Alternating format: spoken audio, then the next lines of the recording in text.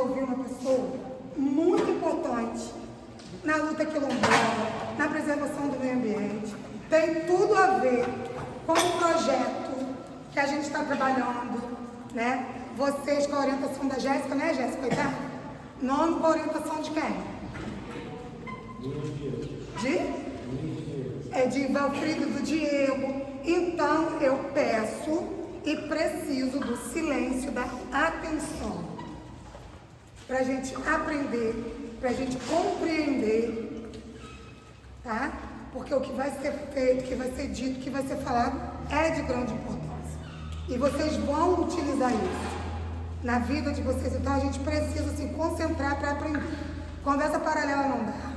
Até porque também faz parte de um trabalho, a professora está ali de olho, tá? Então, é isso. Bebam desse cálice, porque eu também estou aqui aberta e disposta a isso. Então, hoje, tia Andréia, junto com vocês, também é aluna.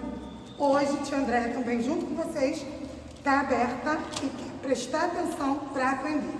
Beleza?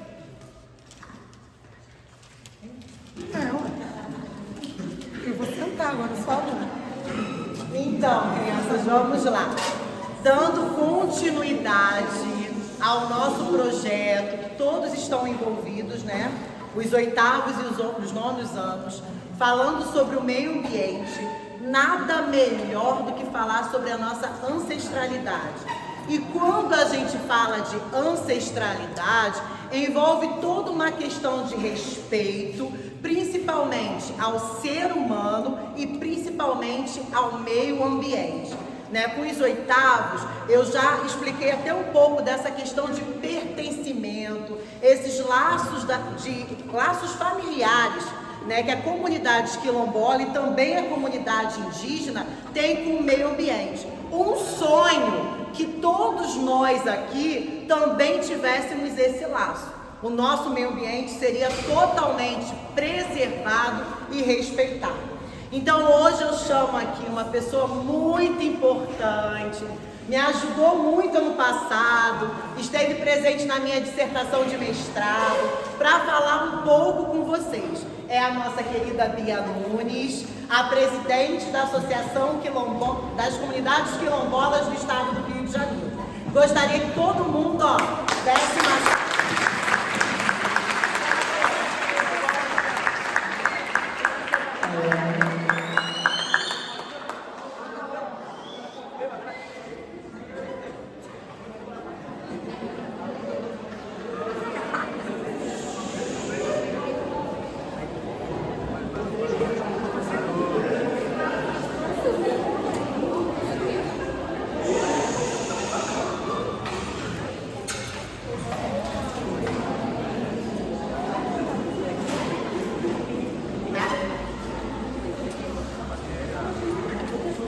Bom dia a todos e a todas. Estão me ouvindo? Alô? Legal? A voz está saindo bem? Para vocês poderem entender. Eu não poderia começar a conversar com vocês sem a minha dandara do meu lado. Aonde eu vou, eu carrego a dandara comigo. E aí eu vou explicar para vocês quem é a dandara, tá? Essa aqui está toda enfeitada. Eu tenho uma lá em casa que está toda de branco, tem uma que está toda de preto, tem outra que está... Cada dandara tem um vestido diferente. Porque a dandara tem uma representação muito forte do estilo Brasil. E a dandara foi o boneco dos filhos Palmares. Dandara dos Palmares. E aí esse casal, eles têm uma história muito forte de resistência dentro desse quilombo, que aconteceu aí há alguns anos atrás. Então eu gosto sempre de colocar a dandara aqui, porque, como disse a Jéssica, eu trabalho com os quilombos do estado do Rio de Janeiro. E trabalho com os quilombos magéricos. Todo mundo aqui sabe que a nossa cidade tem 3 comunidades quilombolas. Certo? Certo? Vocês lembram quais são? Quem lembra disso? Quem lembra quais são as comunidades? Maria Longa, que é uma comunidade quilombola, Feital, é outra comunidade quilombola, e Bongaba, que é outra comunidade quilombola. Isso não quer dizer que não tenham mais, tá? A gente precisa começar a identificar que existem mais comunidades quilombolas. E aí, o que é esse negócio de comunidade quilombola? A gente vai chegar lá. Eu vou aqui identificar se vocês gostam de matemática. Então, primeiro eu queria fazer um teste com vocês. Vocês gostam de matemática? Todo mundo gosta de matemática? Gosta? Eu vou fazer uma pergunta para vocês. Vocês lembram quando foi assinada a carta, a Lei Áurea, a carta que a princesa Isabel assinou? Vocês lembram quando ela foi assinada? Quem lembra aqui? Quero saber quem lembra. Então eu vou lembrar vocês. Dia 13 de maio de 1888. Gravaram? 13 de maio de 1888. Pode repetir, por favor? Agora eu quero saber se vocês são bons de matemática. Eu quero que vocês me digam, de 1888 a 2024, quantos anos tem isso? Cadê? Quem vai ser o bom de matemática aí? 243. 136. Quem mais é bom de matemática? Quem acompanha o colega ali que é 136?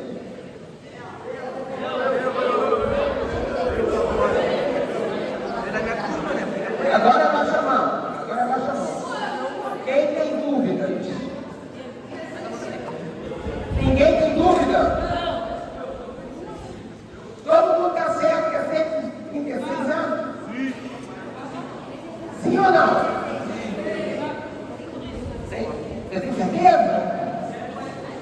Eles são bons de matemática, professora. Professores, eles são bons de matemática. Então, olha só, pessoal. Vocês já ouviram falar dos povos originários, certo? O que são os povos originários no Brasil? Os povos originários no Brasil são os indígenas.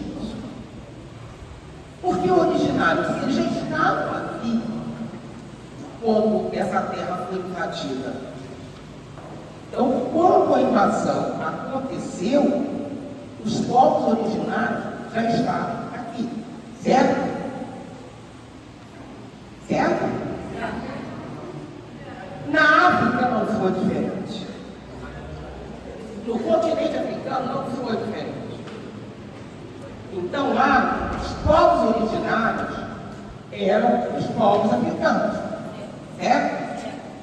Assim como os indígenas originários aqui, de Angola, Moçambique, Etiópia, dentro do continente africano, eles eram os povos originários.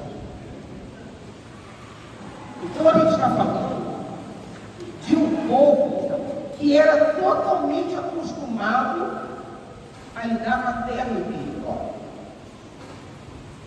A gente vai falar aqui um pouco de como eles vieram sequestrados desse continente que é imenso, por diversos países, eles já vieram com uma relação muito forte com a terra. Porque sempre foi da terra que eles tiraram o sustento. A alimentação, a água para poderem viver, as pescas que eles faziam, a caça que eles faziam. Então sempre foi essa relação da terra, relação do território. Então quando eles vêm sequestrados de África para esse espaço chamado Brasil, não poderia ser diferente. Eles chegam aqui com a mesma ancestralidade, né? O mesmo sentimento que eles tinham lá. E esse sentimento é o quê? Da terra, do solo, de cuidar desse planeta, de cuidar dessa terra. Então vamos fazer um parênteses aqui. Paramos aqui? Daqui a pouco a gente volta aqui, certo? Eu nasci na comunidade de Maria Cunha. Nasci na comunidade de Maria Cunha, mas eu não sabia que eu era quilombola. Eu nasci na comunidade de Maria Cunha e aos 2 anos de idade eu fui morar em Santa Inês. Minha família paterna toda ficou na Maria Cunha e a minha família materna morava aqui. Eu só fui descobrir que eu era uma mulher que tinha nascido no território quilombola aos 24 anos de idade. E aí, por que eu só fui descobrir com 24 anos de idade? Porque quando a gente fala em sequestro, quando a gente fala que essa população foi sequestrada, a gente fala de uma lacuna, de um distanciamento cultural. Quando essa população chega aqui, eles vieram para trabalhar, eles vieram para construir o Brasil, porque quase ninguém fala com essa autoridade. Esse povo veio de lá para cá para construir essa nação. Porque os portugueses não queriam colocar as revoluções na terra, não queriam construir. Já sabiam da capacidade que o povo africano tinha, já sabiam da inteligência que o povo africano tinha.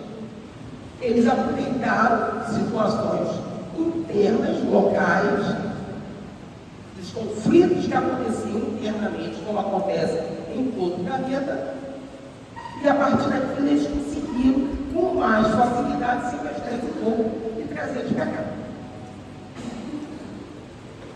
Então isso, quando acontece esse sequestro, eles conseguem separar famílias, amigos, primos, que tinham histórias, cada um com a sua história,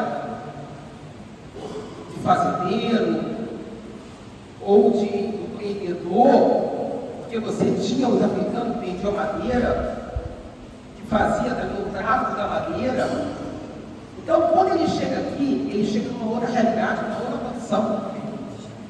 E aí ele passa a ser escravizado dessa terra que ele mesmo tinha que construir. E isso começa a dar um distanciamento que a gente chama de apagamento. O que foi o apagamento no Brasil? O apagamento no Brasil foi tentar fazer com que essa população esquecesse toda a história que ele trazia, todo o sentimento que ele trazia, e que ele pudesse, de alguma outra forma, se adequar às condições europeias. Que a Europa, que Portugal estava ali, como é que eu vou dizer para vocês? Eles estavam, era uma imposição de Portugal, né? Era uma imposição de Portugal, uma imposição da religião, que eles esquecessem de onde eles viessem, eles esquecessem a língua deles, os dialetos africanos, e que eles passassem a ser outras pessoas, que na época não eram nem pessoas, eram peças, né? Então, o que é o apagamento histórico? É fazer com que a pessoa esqueça quem ela é. É tentar fazer com que ela esqueça da onde ela vem. Então, o Brasil entender esse processo de quilombos que ainda existiam ou que ainda existem, isso levou um tempo.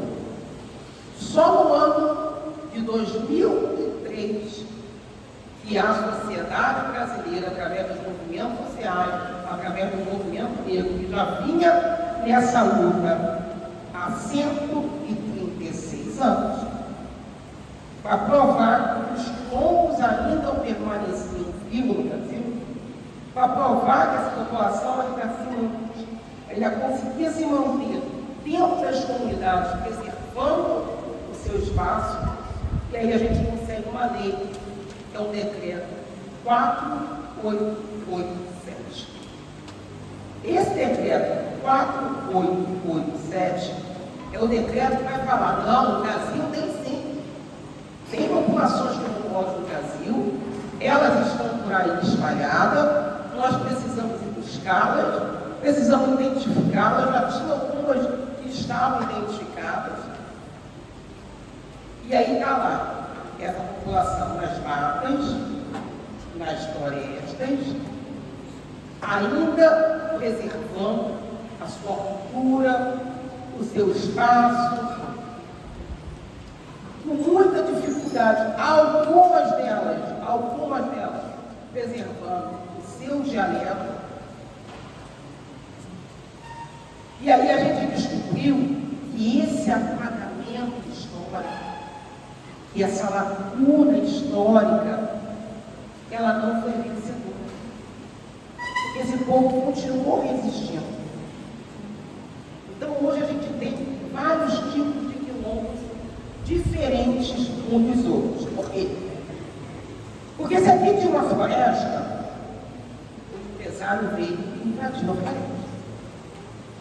Derrubou as matas, as árvores, e aquele quilombola ali, brigando, morrendo, para preservar pelo menos o espaço aonde ele habita. E isso acontece todo dia. Não é cena de novela, não é cena de filme. Os quilombolas do Brasil ainda morrem todos os dias para tentar continuar preservando o meio ambiente. E aí a gente falou a palavra meio ambiente. Quem está acompanhando o que está acontecendo no Rio Grande do Sul? Quem é que está acompanhando o que está acontecendo no Rio Grande do Sul? Você está acompanhando? Não. O que você está vendo? Fala para mim. Quer que fale para os seus colegas? Então fala para mim.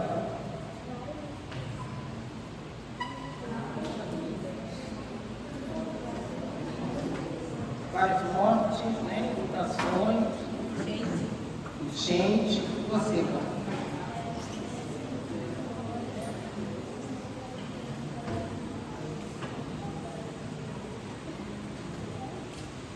E aí uma pergunta, nós estamos gostando do que a gente está vendo? A gente está gostando do que a gente está vendo? O que nós, aí eu vou falar de nós, os mais velhos, os adultos, né? O que nós estamos deixando de exemplo para vocês? Porque a gente está vendo que alguma coisa está acontecendo. A Terra, ela está dando sinais. E é dessa forma que ela dá sinais. A Terra está dando sinais. De tudo que o homem vem fazendo contra ela. E aí, se essa geração seguir alguns péssimos exemplos que nós, adultos, estamos fazendo, não vai sobrar nada para as próximas gerações de vocês. E a gente precisa ter isso muito bem resolvido. Porque assim, é muito bom brincar, é muito bom rir, mas tem hora que a coisa é séria. Vou chamar minha sobrinha aqui. Olha ela. Você. Vem cá. Vem, amor, vem aqui que eu quero te dar um exemplo.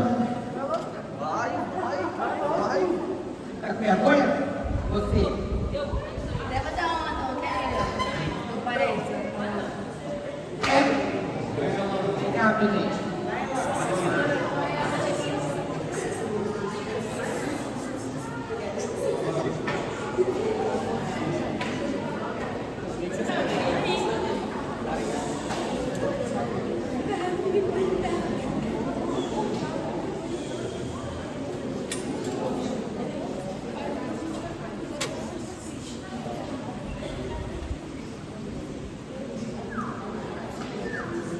Cadê a Quantos anos você está? 13 anos. O que aconteceu? Você entrou na sua casa, você com 13 anos já tinha visto acontecer?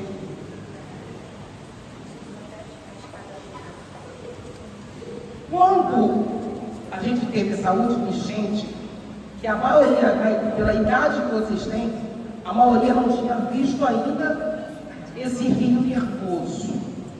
Eu já tinha visto esse rio nervoso na minha adolescência.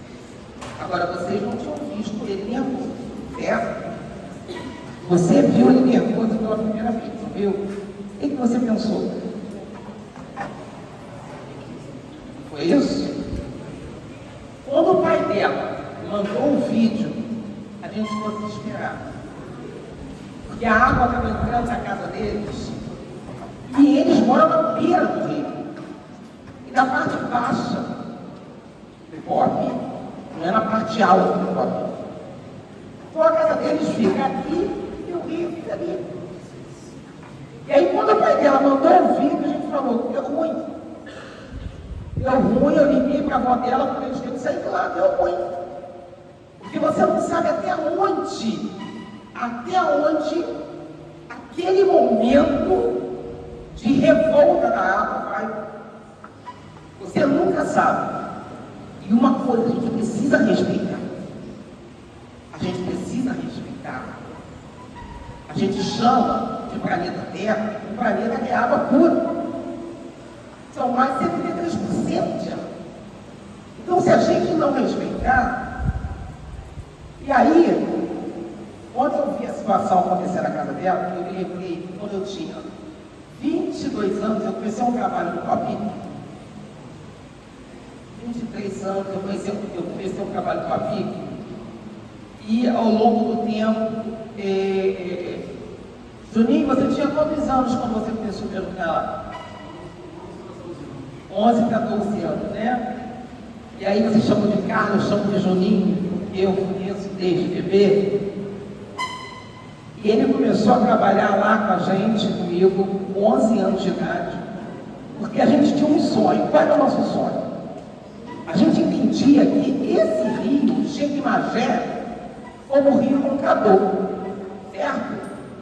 Quando ele chega em Magé, o nome dele vira Rio Roncador. Você já viu o rio Roncador cheio? Já viu o estrago que ele faz ali no canal? Ele entra na casa do Gibeirinho todinho ali. Mas é o nosso rio. Então, o que acontece?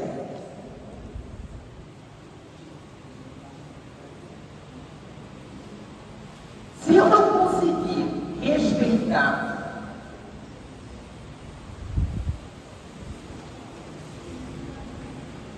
conseguir respeitar se ela, como moradora, e os demais moradores do Copi não conseguirem entender que a cada lixo que é jogado, aí ele vai embora, porque água corrente, né?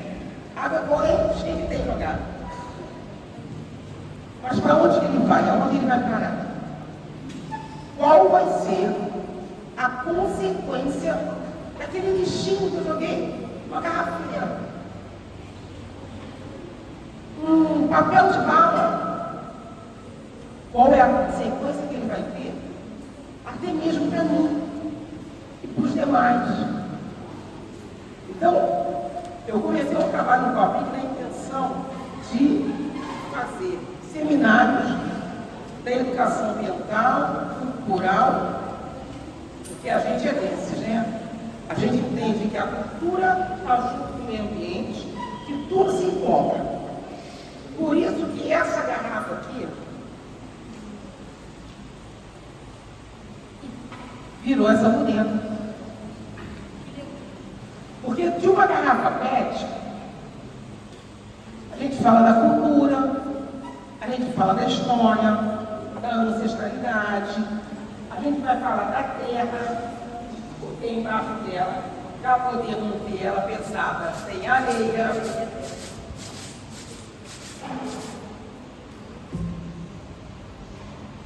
E aí eu identifiquei a necessidade da gente fazer isso. Falo com um amigo, trazer os amigos, trazer os jovens. Juninho, lá com 11 anos de idade, trabalhava pra caramba, tá? Não é isso, Juninho? A gente fazia um trabalho com idosos, com a terceira idade, com a criançada, com a juventude, porque pra gente não tinha idade. A gente fazia reforço escolar, a gente fazia de tudo para trazer a comunidade, de uma forma que a gente pudesse passar a importância da ancestralidade, e a ancestralidade não é religião. As pessoas confundem muito, e confundiram muito. Aliás, não foi confusão não, foi um sistema, né? Foi um truque que o sistema criou dentro da sociedade para poder nos dividir mais. E para as pessoas não terem interesse em aprender tudo que veio do continente africano. Que só veio riqueza. Porque a maioria da nossa cultura que a gente usa até hoje, todas elas, é do continente africano. A matemática, a ciência, tudo que a gente usa vem do continente africano. Cuidado, meu amor. Então eu trouxe ela aqui porque é um exemplo vivo de quem viu a enchente do rio entrar dentro do teu território, dentro da tua casa. De repente aqui tenha outros que tenham passado por essa situação, mas é para a gente entender a consequência do socorro que a terra está pedindo. E se nós, eu, os professores, os educadores, os pais de vocês, se nós não fizermos alguma coisa para poder trazer para vocês novos exemplos, bons exemplos, a gente não vai conseguir fazer com que esse planeta se sustente por muito tempo. Então, qual é o papel hoje, e sempre foi, da população quilombola?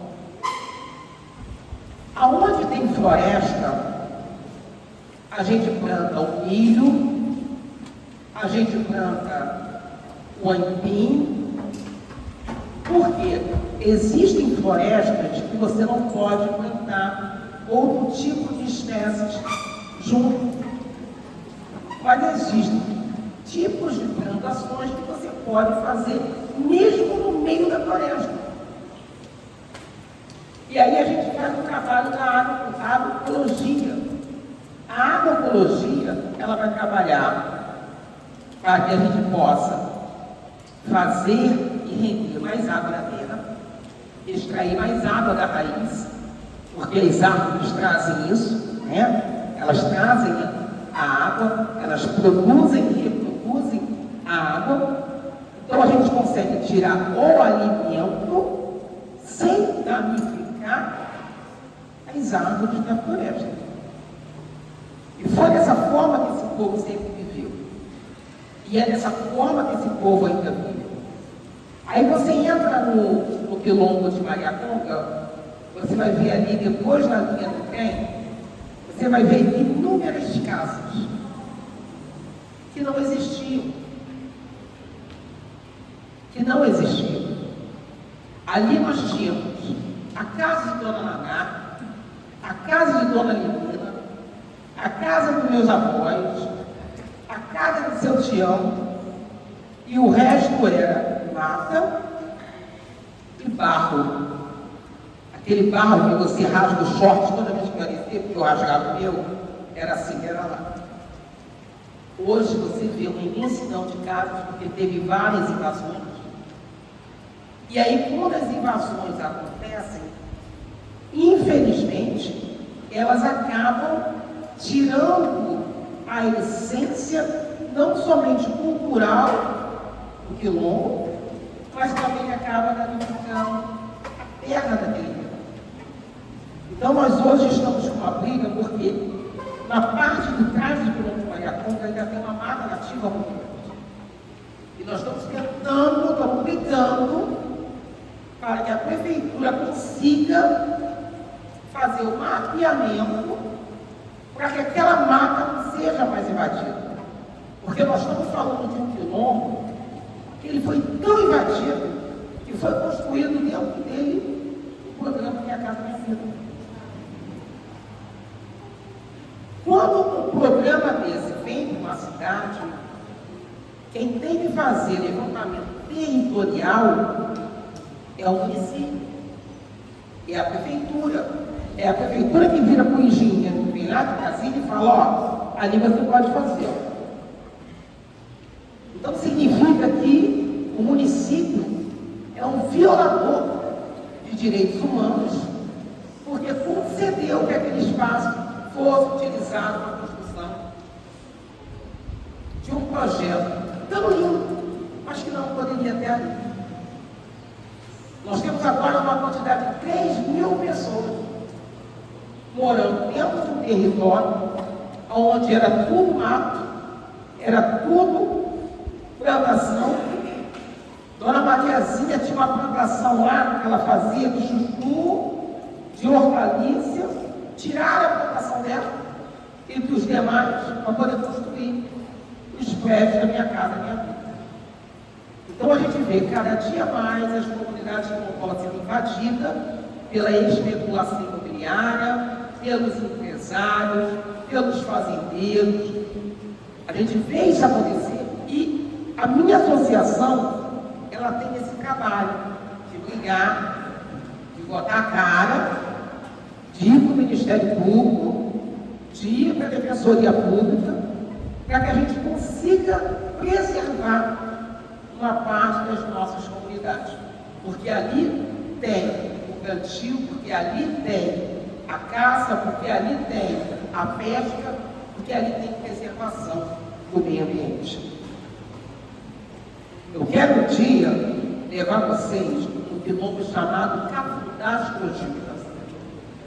Cafundás Cogita é um quilombo que resiste dentro da capital do Rio de Janeiro, ao lado da Barra da Tijuca, com uma mata atlântica linda, com cachoeiras lindas, mas que não é fácil, é ameaça de morte.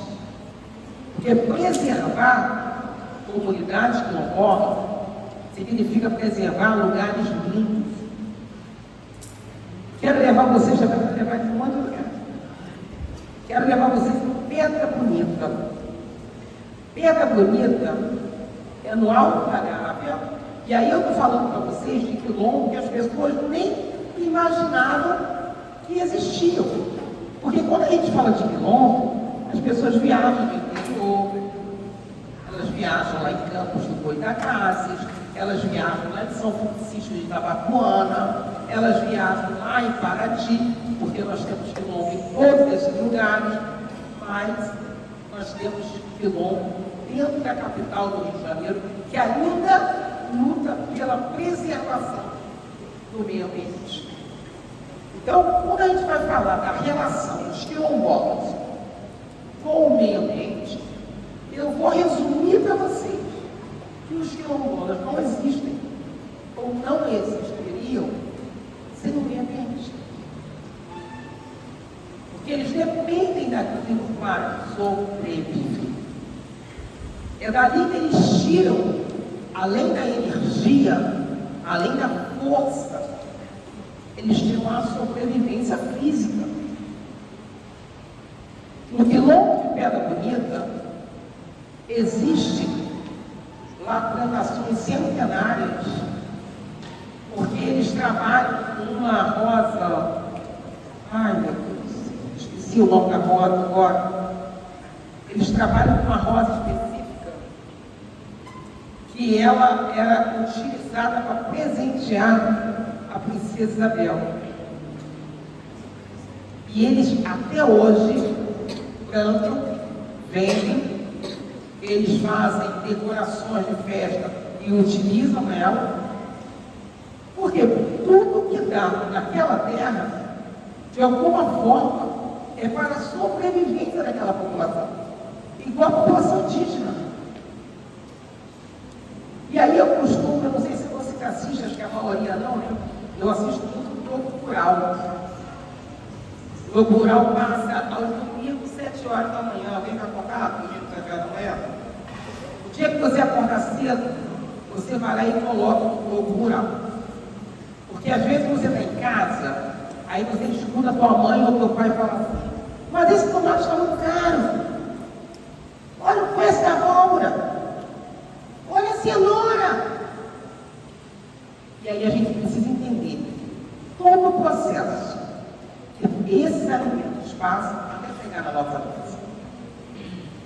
A gente precisa, para além de comer, valorizar como que ele chega na mesa de cada um de nós. Quando a gente fala lá do Rio Grande do Sul, quando a gente fala da tragédia que está acontecendo lá, nós vamos falar em aumento da carne, nós vamos falar de repente no aumento do frango, porque muita coisa é produzida para exportação e importação sai de lá. Então, se a gente não cuida do solo, e a gente fala o seguinte, se o campo não planta, a cidade não janta. Porque enquanto nós estamos aqui, 5, 4 horas da manhã, tinha pessoas colhendo os alfaces, colhendo a mandioca e plantando novamente, para que a gente possa, daqui a umas 2 horas, estar sentado na mesinha comendo. Então, quando a gente fala da importância do meio ambiente, a gente fala da vida, da nossa vida, da nossa sustentabilidade. E se a gente não conseguir passar isso para vocês, e de repente até vocês passarem isso em casa, porque a gente teve um resultado muito bom do Papi, o trabalho que a gente fazia com as crianças, que as crianças chegavam em casa e repassavam isso para a família. A importância de valorizar o que chega no prato, porque o que chega no teu prato é o meio ambiente, porque tudo é o meio ambiente. A nossa relação de vida é o meio ambiente. Se você passa um shampoo na sua cabeça, quem não passa um shampoo na cabeça? Por mais que você esteja lavando com sabão, com sabonete, mas de vez em quando a gente passa um PLC, um shampoo, né? É a nossa relação com o meio ambiente. Porque tudo é extraído dali. E aí, para poder finalizar, eu vou dizer para vocês que a empresa farmacêutica, a empresa que produz os remédios, por um bom tempo ela conseguiu fazer com que os indígenas e os quilombolas não conseguissem vender os seus produtos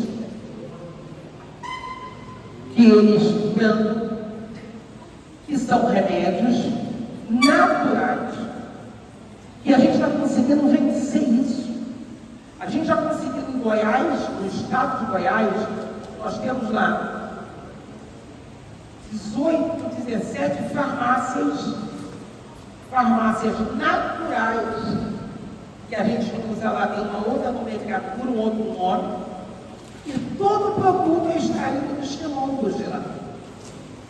Então, se você precisa de um shampoo, tem um shampoo lá natural. Se você precisa de um remédio para dor de barriga, tem um remédio lá. Porque tudo sai daqui. Tudo é extraído da natureza. Então, eu espero que assim como a gente conseguiu pegar uma garrafa que naturalmente acaba indo para o lixo, se vocês quiserem perguntar para mim, eu agradeço. Porque a gente utiliza essa, utiliza aquela 600 e utiliza aquela menorzinha. Tá? Então, se vocês quiserem, a partir de hoje, guardar, a gente agradece. E vamos marcar para vir um dia fazer oficina com vocês. E vocês construírem, vocês fazerem com a gente as dandaras. A gente faz as dandaras pequenas, que é mais rápido, e aí vocês vão levar as dandaras para casa. Tá? Então eu acho que, eu não sei se era isso que vocês esperavam, né? Não sei se era essa troca que vocês esperavam. Estou aberta para as perguntas. Devo ter esquecido um monte de coisa que eu queria falar, porque faz parte. E aí, só para finalizar, agora para finalizar mesmo. Nós estamos falando daqui, do nosso encontro, né? Nós falamos lá do Rio Grande do Sul, porque nós estamos falando do Brasil.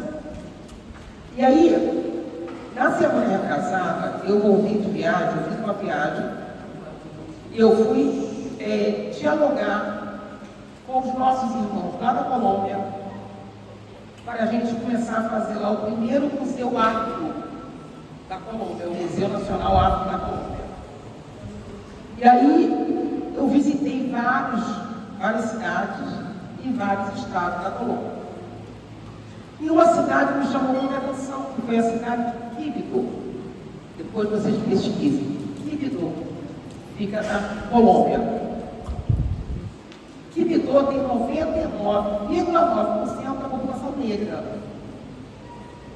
Porque Quibdó tem uma história de resistência, de combate contra o exército local da Colômbia. Então eles identificaram um local onde eles necessitavam criar uma resistência. E ao lado desse local tem um rio, que é um dos rios mais importantes da Colômbia, que é o rio Malecón. O rio Malecón tem ouro a pau. É o ouro. Então vocês imaginam a guerra que foi nesse lugar. Porque todos os traficantes, todo o exército, o presidente de Colômbia, todo mundo queria o ouro que tem no Malecón. E aí lá eu conheci um rapaz, um jovem, deve ter uns 21, 22 anos. Eu fiz um vídeo com ele, eu vou mandar para o Carlos e para a Jéssica, para depois passar para eles o vídeo. E o vídeo, ele fez uma palestra, eu fiz uma palestra e ele fez outra palestra. E a palestra dele, jovem, colombiano, morador de Quibdó, a palestra dele foi sobre o meio ambiente. Porque o que afeta a Colômbia afeta o Brasil. O que afeta a Argentina afeta o Brasil. O que afeta o México afeta o Brasil. Porque o estrago que um comete aqui é consequência da vida do outro lá. Então, essa conversa, esse diálogo, esse assunto, ele é de importância internacional. Todo o planeta está discutindo o que nós estamos fazendo com o meio ambiente. De que forma nós estamos tratando o meio ambiente. Quantos lixos a gente é capaz de jogar e produzir e jogar na rua? E de que forma a gente trabalha o nosso lixo? Já parou para pensar? Como que a gente separa o lixo? Só jogar. Não é só jogar. Ele volta. E aí ele volta com consequências. Como nós estamos vendo lá no Rio Grande do Sul. Então eu espero de alguma forma que essa troca possa acrescentar na vida de vocês, que a gente possa entender a importância não somente dos povos originários, não somente dos quilombolas, porque nós já fazemos isso de natureza. Isso já vem com a gente na ancestralidade, a proteção do território, mas a gente sozinho também não vai conseguir. Se toda a sociedade não entender que a responsabilidade é de cada um de nós, se eu, como mãe, avó, eu não passar isso para os meus, se dentro de casa a gente não conversar isso com a família, quando você vê seu pai lá jogando aqui, quando cigarro em algum lugar, ou jogando papel de bala, ou sua mãe, você fala, mãe, vem cá, pai, vem cá. Eu sei que a sua geração foi acostumada a jogar isso na rua, mas os tempos mudaram. Nós precisamos sobreviver e para isso a gente precisa que vocês comecem a mudar os maus hábitos de não saber o que fazer com o seu lixo. Então isso é responsabilidade minha, mas também a partir do momento que vocês tomam conhecimento, passa a ser responsabilidade de vocês também. Então, eu queria, nesse momento, agradecer o convite, agradecer por estar nessa casa mais uma vez, porque eu venho com muito agrado, venho com muito amor, venho com muito carinho, porque eu acho que é isso que a gente tem que fazer. A gente tem que ter essa troca, é dessa forma que a gente vai avançar, dessa forma que a gente vai entender. A gente tem quebrado a questão do racismo, todo tipo de racismo, dessa forma, dialogando, olhando no olho. Então, os professores, os educadores, a diretora, vocês estão de parabéns, tá? Porque isso sim é educar, é a gente conseguir dialogar vários tipos de assuntos necessários e prioritários para a vida, que a gente vai levar para o mundo. Então, gratidão, gratidão e gratidão e parabéns para vocês. Muito obrigada.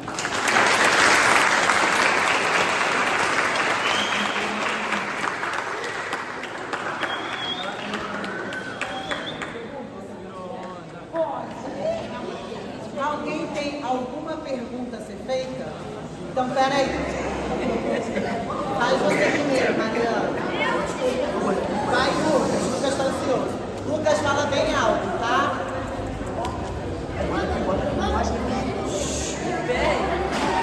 Quer escutar, Lucas?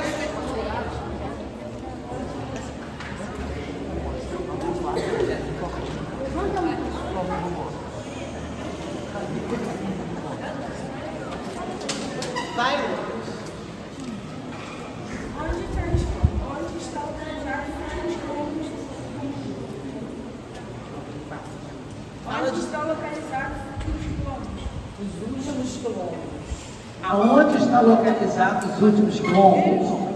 Então, eu vou dizer para você que não tem os últimos quilômetros, ainda tem muito quilômetro localizado. Tá? Mas nesse trabalho que eu faço aqui dentro do Estado, nós localizamos semana passada, mais um quilômetro em Cabo Frio. Cabo Frio tem 8 comunidades quilombolas. E a gente identificou mais uma comunidade quilombola. Foi. Fica muito difícil a gente falar o último, porque não tem o último, ainda tem muita coisa para fazer. Porque quando eu perguntei para vocês quanto tempo tinha a carta da adoção, eu ia dizer para vocês o seguinte: ela é muito nova. A abolição é muito nova. São 136 anos. Nós ainda estamos num processo muito forte de se reconectar com a nossa ancestralidade, com a nossa história, com as nossas vivências. Né?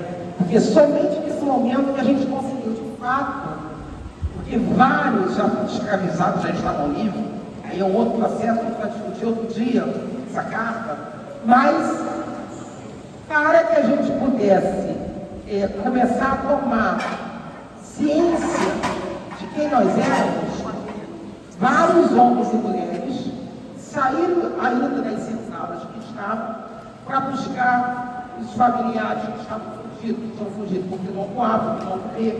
Então a gente ainda está em 36 anos, tem muito quilômetro para ser redescobrido. Acho que é mais ou menos redescobrido. Seria isso? Redescoberto. Perdão.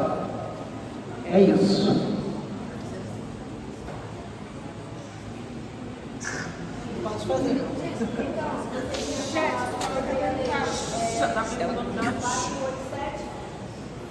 A lei 487. Ela não pode ajudar os quilômetros da capital do mundo? Então, essa lei é federal, né? E aí, essa lei ela vai dizer como que os quilombos são reconhecidos, como que os quilombolas são reconhecidos. Dentro dessa lei, ela vai chamar o INCRA. O INCRA é o Instituto Nacional de essas terras. E isso demora. A gente tem que fazer pressão popular. A gente precisa que a sociedade entenda no sistema para a gente também fazer pressão popular. Entendeu? Então, assim, A lei, ela é linda, ela já tem toda a composição que a gente precisa, mas precisa ser colocada em prática. E a prática ainda não foi na sua totalidade.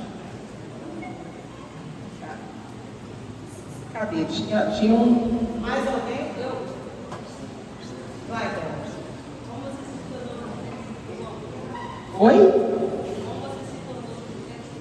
Então, como que eu me tornei presidente do Quilombo? Vamos lá. Isso é um movimento social. Né? O que é um movimento social? São movimentos de pessoas que defendem uma bandeira, uma pauta, né? E a gente precisa ter uma liderança para poder ir lá brigar, para poder tocar, para poder articular. Então, a nossa associação ela tem 20 anos. Nós já tivemos 3. Eu sou a quarta geração de presidente. E aí, para ser presidente da creche, você tem que ter disposição para briga, para enfrentamento, para debater com quem for preciso debater. Então a gente tem a eleição, e na eleição os outros quilombolas, todo o estado, escolhem quem eles querem para ser presidente. É assim que eu me tornei presidente. Mais alguém? Vai, Amanda. Em que século foi organizado o Escambau Nacional dessa região? Fala de novo, meu amor. Em que século foi organizado os quilombos nas matas desta região? Então, na grande realidade, a gente entende que isso começou já. Nosso povo chegou aqui, né, 1500 a terra é invadida, 1510, 1515, nosso povo começa a ser sequestrado, acho que até antes. Então a gente entende que os primeiros quilombos começaram a aparecer no Brasil. A gente tem alguns relatos de 1520 a gente já tinha quilombo no Brasil. Em 1520 a gente já tinha, porque, primeiro, foram sequestrados. Os que chegaram primeiro, eles precisavam entender em que território eles estavam. Porque os indígenas já eram daqui, sabiam para onde fugir, sabiam onde se esconder. Eles não, eles estavam trazidos de um continente para uma ilha, né? A princípio, o Brasil, uma ilha. E aí, quando eles chegam aqui, eles se deparam com um lugar que eles vão falar assim: como que a gente vai se esconder? Aonde que a gente vai se esconder? Para onde que a gente vai fugir? Então, levou um tempo aí até essa população escravizada se organizar e começar a criar suas fugas, né? Para poder criar os quilombos. Mas em 1520 já tem relatos dos primeiros quilombos do Brasil. Tito, mas o que é mais importante para você nessa comunidade? O que é mais importante para mim nessa comunidade? A história, né, que ela traz, a história do Brasil, a história de um povo, né, que vai além do Brasil. E a resistência desse povo, eu acho que é o mais importante.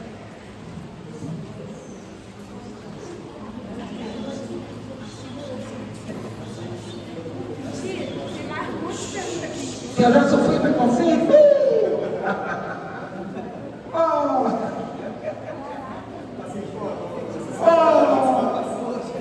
Vocês imaginam a minha situação? Eu sofro preconceito, isso lá, né? Preconceito porque eu não estou no corpo padrão da sociedade. Aí vem a gordofobia. Aí eu sou uma mulher, eu sofro machismo. Aí eu sou negra. E aí eu sou racismo. E aí eu sou quilombola. Então, até você explicar para a pessoa o que é ser quilombola, é muito preconceito, é muita briga, é muita delegacia, e por aí a gente vai. Sim, já sofri todos os preconceitos, meu amor.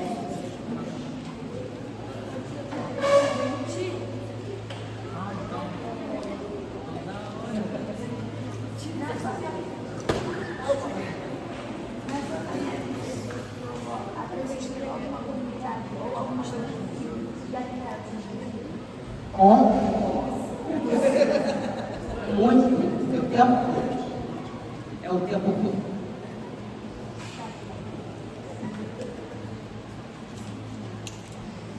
Alguém de alguma comunidade participa dentro da comunidade não gostou ou fez alguma forma uma peça no carro?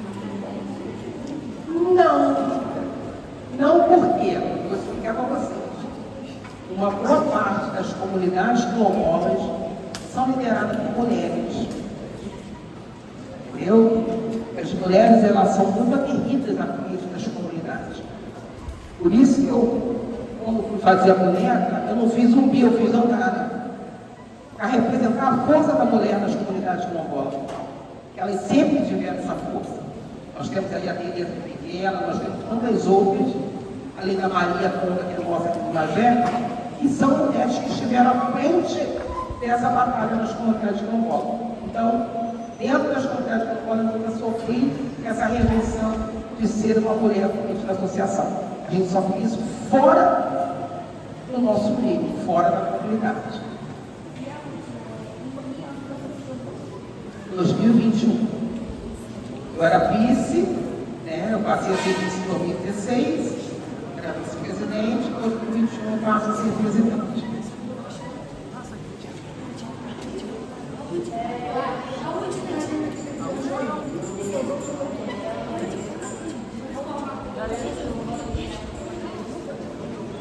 De forma a comunidade quilombola,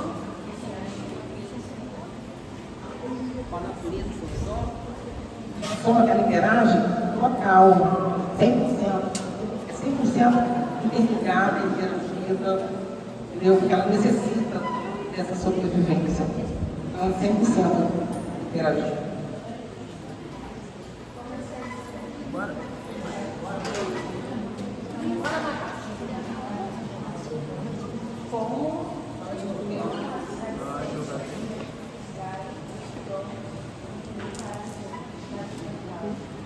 Várias formas, porque os quilombos produzem muito, né? O povo quilombola produz muito, produz alimento, produz artesanato, produz vestimenta, né? Então a sustentabilidade ela está assim, todo o tempo sendo ali movimentada dentro e fora da comunidade.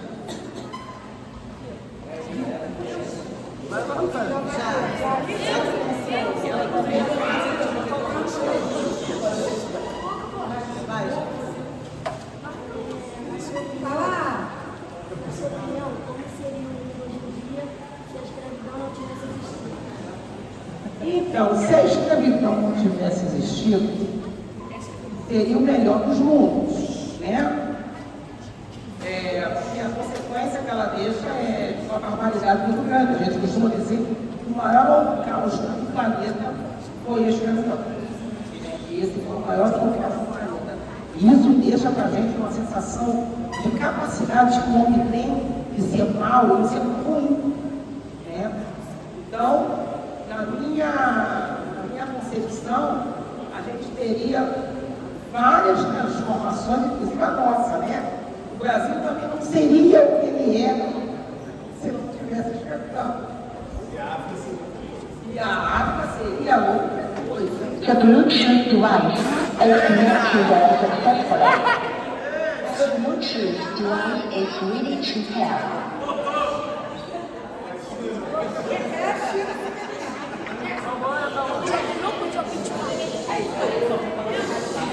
Oi? Aquela aqui. Pode falar aqui.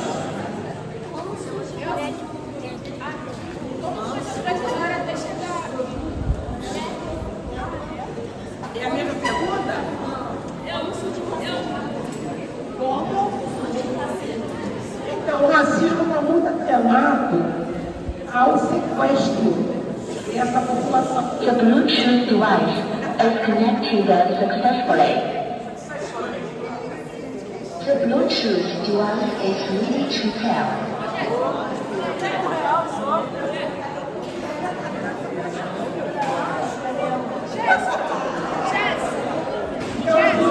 Só terminando a pergunta dela.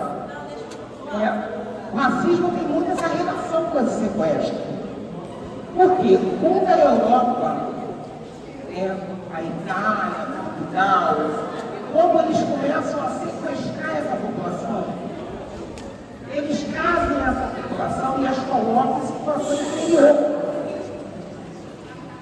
Quando eles sequestram a população de casa, e eles começam a desqualificar o poder e a força que essa população tinha, e eles superiores a essa população, eles começam a criar o racismo.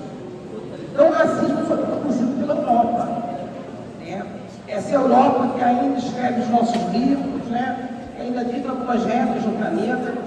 O racismo ele foi constituído por conta desse sequestro, desse sistema escravagista, que a gente ainda tem a consequência dele, e acho que a gente ainda vai levar um tempo, né? A gente vai fazer tudo isso aqui, para que a gente possa desmontar esse racismo que a gente tem dentro da sociedade. Né? Até porque quando a gente começa a ensinar para a sociedade, ao contrário do que a Europa ensinou, a gente... The Bluetooth device is connected successfully. A gente começa a dizer que nesse sequestro vieram reis, rainhas, pessoas imponentes, dentro da sua história local. Quando a gente começa a dizer isso, a gente tira e desmente tudo que Portugal iria falar da gente, né? Que a gente era inferior. Mas eu acho que a gente vai conseguir com vocês. Vocês são uma geração que está com muito forte, com muito conhecimento. A gente acredita que vocês vão ser um pilar nessa desconstrução. Tem umzinho lá atrás que está desesperado. Vai, João. Pode perguntar, João.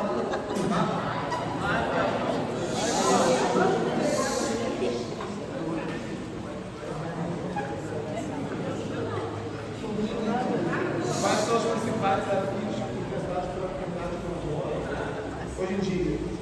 Quais são os principais desafios? É fazer a lei do decreto 4887, tá? É fazer valer as políticas públicas que estão ali dentro desse decreto, dessa lei.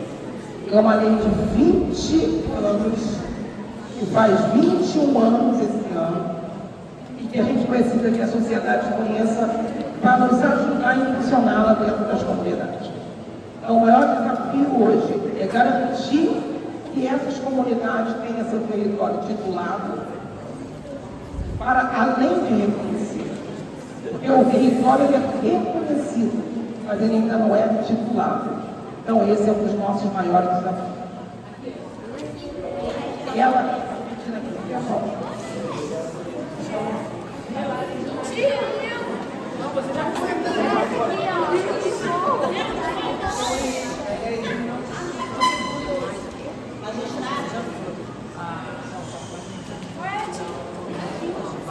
Oi, minha vez.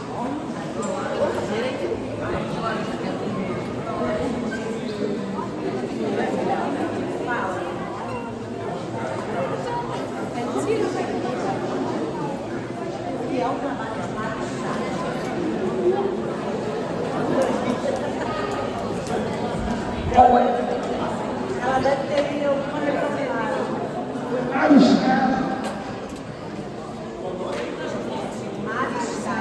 Pode ser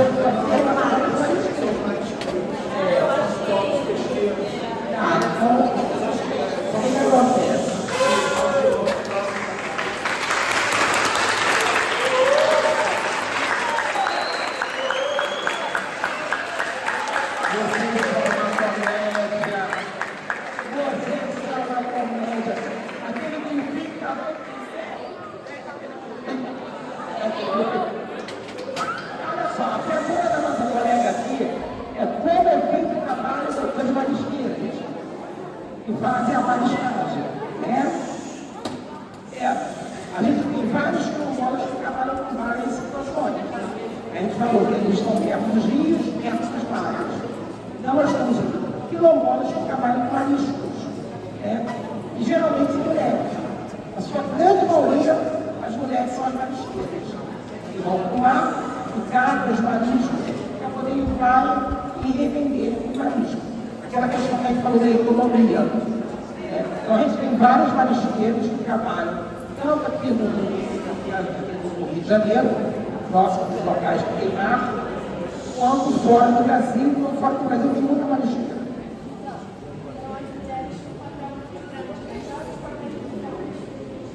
Então,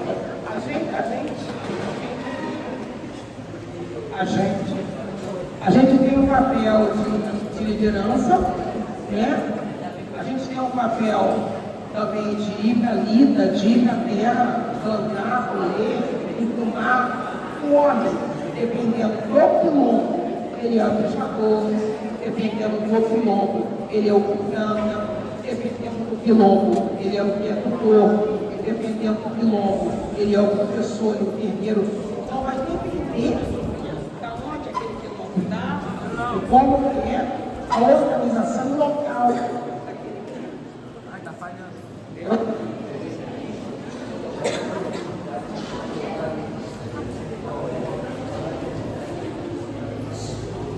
Quais são? É o que eu falei para ela, são diversas. Vai depender muito da característica daquele quilombo. Tipo, um quilombo que está na capital do Rio de Janeiro tem muito emprego por perto, né? Então, nem sempre aquele quilombo lá vai estar lá na mata, plantando, ou nem sempre ele vai estar pescando. De repente ele estudou e foi ser um médico, foi ser um advogado. Então são várias atividades normais, como qualquer bairro. Tá? Mas também tem a preservação do meio ambiente. Olha só, não, a gente vai ter que encerrar. Eu sei que vocês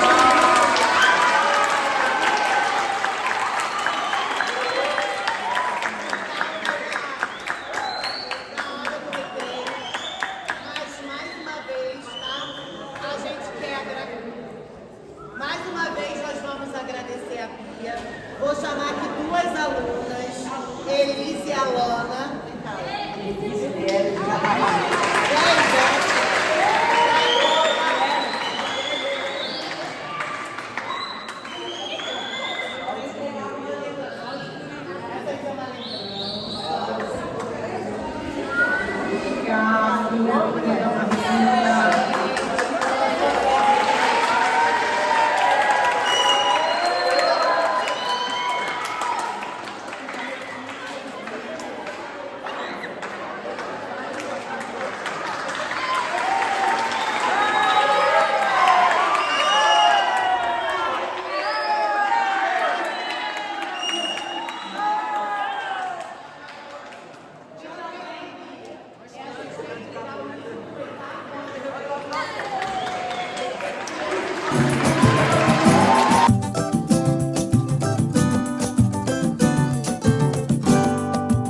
Eu vim da mãe África, eu vim do quilombo. Já fizeram tanto pra eu tombar, mas eu não tomo.